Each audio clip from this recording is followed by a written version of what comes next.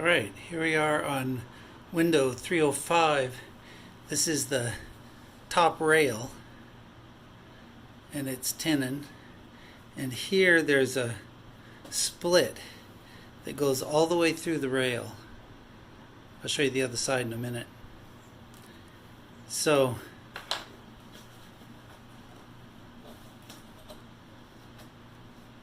you can see that's loose. Little movement between these two parts. So I've used the crack tool to clean out that split like that. Here it was filled with paint junk, and you can see that the split isn't perpendicular to the surface, it's at a slight angle. So I'm following that angle as I clean it out. And usually I'd clear off all this paint, but we're leaving this heavy paint buildup as a sample of the layers of paint for possible future historical investigations. So that's why it's kind of kludged up here. I don't want to remove too much of the paint out of this sample. So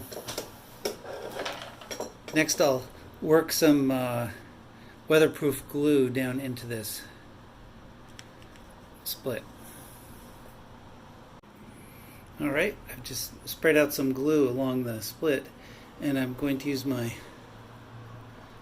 artist palette knife, which is very thin, springy steel.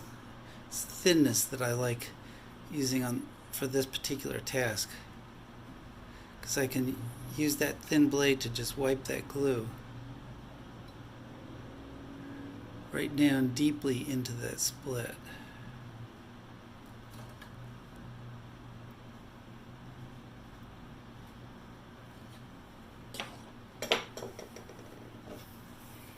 So I'll just add a little more adhesive.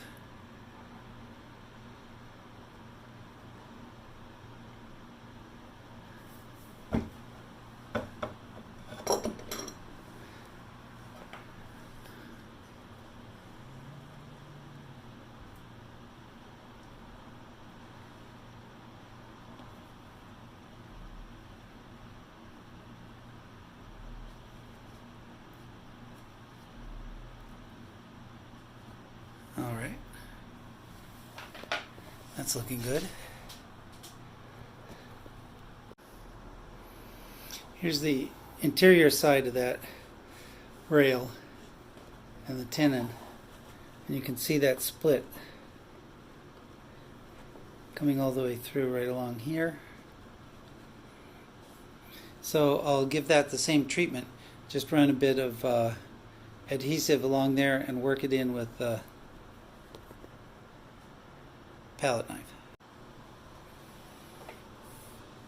So I've put some adhesive along there, and I'm just going to flex that split a little bit to get that adhesive started down into the joint. And then I'll encourage it with the thin palette knife.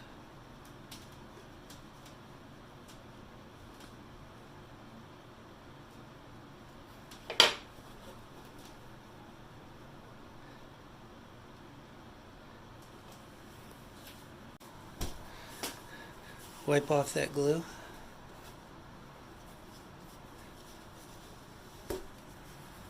Now I'd usually put a little lightweight clamp on that right now, but we're going to move ahead and assemble this sash. So after we get that done, then I'll come back and just add a light clamp after assembly of the sash to hold that split joint together.